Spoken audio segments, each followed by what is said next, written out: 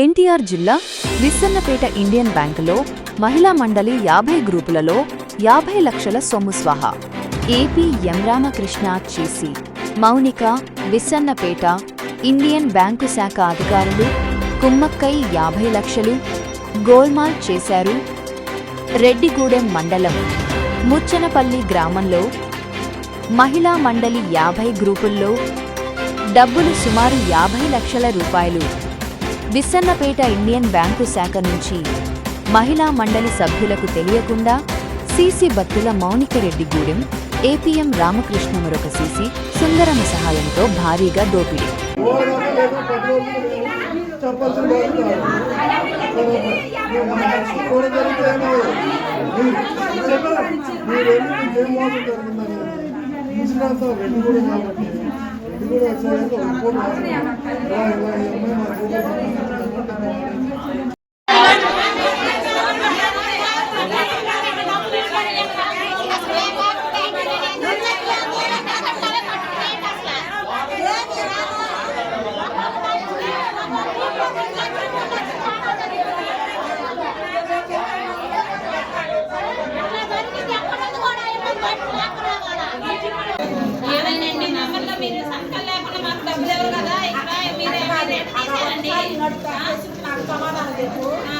బ్యాంకులో లోన్ మొత్తం ఉండాలి ఉండాలా 3,000 ఛార్జీలు నుంచి రప్పించారు గ్రూప్లో డబ్బులు ఇవ్వాలి. నీవు లేకుండా పొద్దున డబ్బులు తీసి ఎంత అధికారం ఉందా?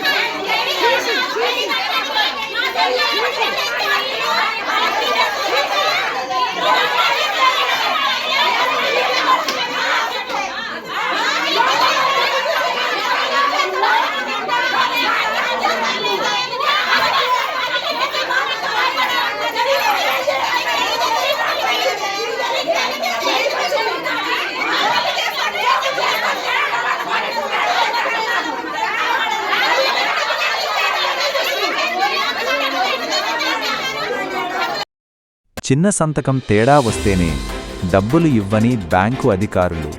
సీసీలతో ఏపీఎంతో కుమ్మక్కై డ్వాక్రా సంఘాల గ్రూపు లక్షల రూపాయల సొమ్మును దోచారు.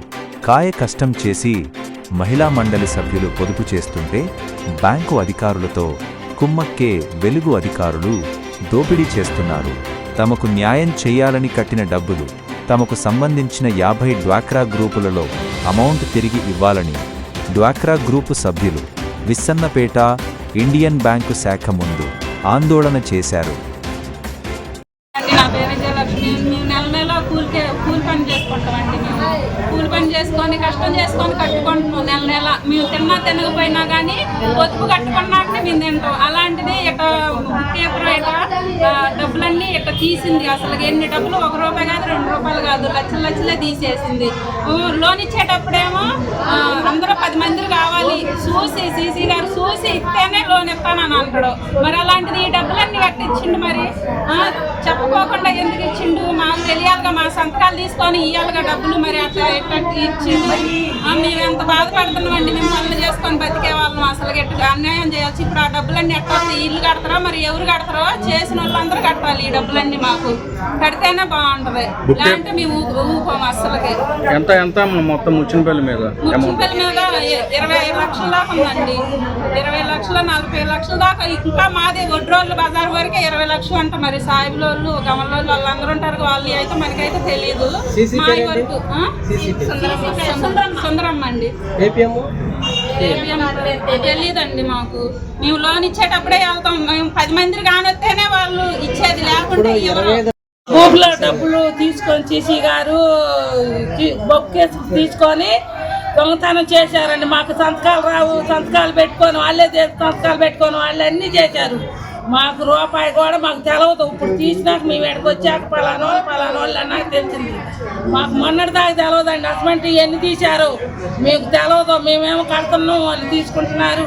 ఒకేసరికి నిన్న వచ్చి సీసీ గారిని అడిగితే మాకు సంబంధం లేదు, మీ ఎట్ట పెట్టిందో నా ఎట్ట పెట్టిందో అంటుంది సీసీ గారు.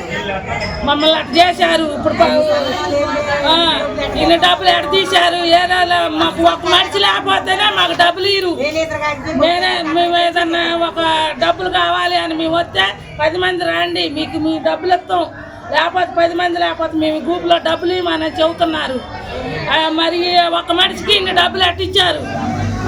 మా సంతకాలు లేకుండా మా డబ్బులు ఎట్టబోతున్నాయి. బ్యాంకుల్లో నుంచి మేనేజర్ గారికి సీసీ గారికి మొక్కేశ్వరికి తెలుసు, మాకెవరికి తెలవదు.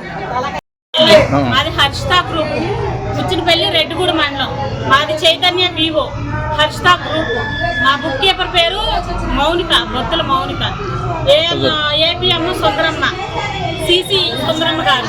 వీళ్ళందరికీ తెలియకుండా ఒక్కొక్క గ్రూప్ లో 2 లక్షలు, 3 లక్షలు, 2,75,000, ₹1,00,000 అట్లా తీశారు. బుక్ కీపరు, సిసి గారు, బ్యాంక్ మేనేజర్ వీళ్ళు ముగ్గురు కలిసి తీశారు. ఎవరికి తెలియకుండా మేము లోన్కి రావాలంటే మీరు ప్రతి ఒక్కళ్ళు ఉండాల్సిందే. మొహాలు అన్ని చూసి ఇచ్చేవాళ్ళు. ఒక సంతకం తప్పైనా లేకపోతే ఒక్కళ్ళు లేకపోయినా సరే ఇచ్చేవాళ్ళు కాదు. వారం రోజులైనా తీసేవాళ్ళు.